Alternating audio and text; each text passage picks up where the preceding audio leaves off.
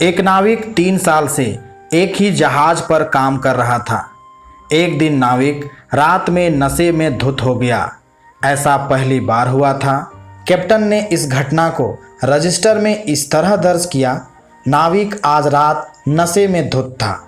नाविक ने यह बात पढ़ ली।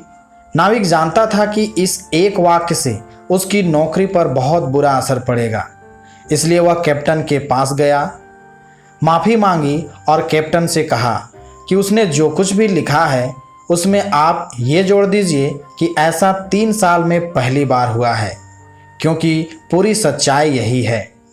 कैप्टन ने उसकी बात से साफ इनकार कर दिया और कहा कि मैंने जो कुछ भी रजिस्टर में दर्ज किया है वही सच है। कुछ दिनों बाद नाविक की रजिस्टर भरने की बारी आई। उसने रजिस्टर में लिखा, आज की रात कैप्टन ने शराब नहीं पी है। कैप्टन ने इसे पढ़ा और नाविक से कहा कि इस वाक्य को आप या तो बदल दे अथवा पूरी बात लिखने के लिए आगे कुछ और लिखे, क्योंकि जो लिखा गया था उससे जाहिर होता है कि कैप्टन हर रोज़ रात को शराब पीता था। नाविक ने कैप्टन से कहा कि उसने जो कुछ भी रजिस्टर में लिखा है वही सच है।